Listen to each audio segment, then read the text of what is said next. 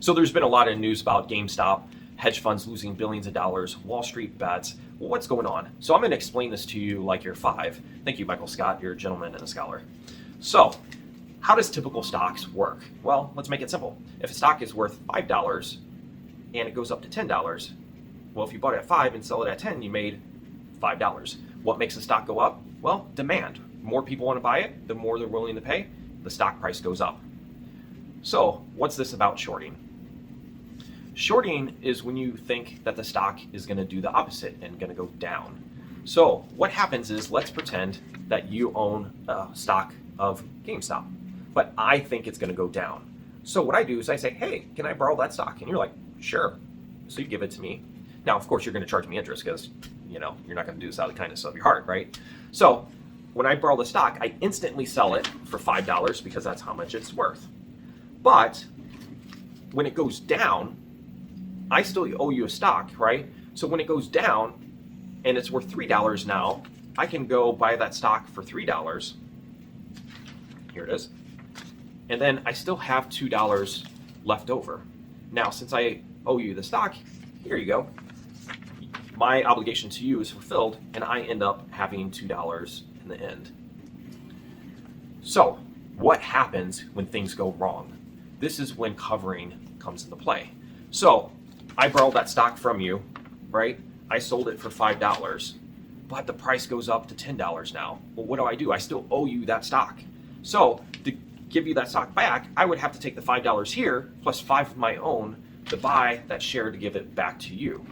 So how do I mitigate this, right? Now I can continue on holding the stock, right, without taking that loss, but I still owe you interest. So I'm still losing money, right? Because if it goes to 10 and the stock price goes back to 5, I can give you this back without having to give you money out of my own pocket for that share, but I still owe you that interest. So what I can do is, while I'm dealing with the shorting business, I can buy stock separately, and as the price goes up, I'm still making some money there. So basically I'm hedging my bet here, and it's trying to keep it as neutral as possible. But the problem is when I buy stock, right, that increases demand, which further increases the price of that stock, right? So as it goes up higher, more short sellers get nervous and they buy more stock, causing a demand. Now, there's a point where that critical point hits that basically initiates what's called a short squeeze, and more shorts start to covering, driving up that price really quickly. And you can see that with a lot of stocks, that there's a short squeeze like that. Now, typically they come down pretty quick as well. So it's usually like a sharp point in the stock prices. So what's going on nowadays? So what's going on is that GameStop was at about $5 a year ago. But GameStop is not necessarily a thriving business. It's not necessarily failing as well. But these big hedge funds said, you know what? There's no way that they're going to get out of here. So we're going to short them. And they shorted them like crazy. Well, there's a community on Reddit, which is a social media app, that took notice of this and said, well, there's tons of shorts. If this price goes up, there's going to be a massive short squeeze, and we're going to make tons of money on this, right? So over the past year, price slowly ticked up, and especially in the fall, it went from about 5 to about 20-ish. In the past week, it's jumped up, and it's about 320 at the last count. That's a huge increase. So a lot of people argue that we're not even at the short squeeze yet, and there's a good chance that it's going to go up even higher, which as it goes up higher, more and more shorts have to cover. Now, some of the controversies recently is this. Robinhood was one of the first brokers that offered $0 commission fees. Previously, to basically invest in the stock market, you had to pay a significant fee, which basically took away a lot of the profits. So somebody who was working at Wendy's couldn't invest $100 in the stock market because a $10, $20 fee would basically take out too much of what they were putting there. Well, now with Robinhood, 0% commission, $100 that you had got put into the stock market. Well, now you're getting a lot of the little guys that are buying a stock here, a stock there, or I should say a share here and there, that just slowly driving the price up. And basically Wall Street Bets had about 2 to 3 million users. Now it's about like 6+ million users that basically started talking about this. And when the little guys start chipping in, it starts driving up the stock prices. And it's basically causing a short squeeze to happen. Now the issue is these rich people are not going to lose money, right? So the SEC is the government agency that regulates the stock market. They conveniently have been putting halts into the buying and selling of the stock.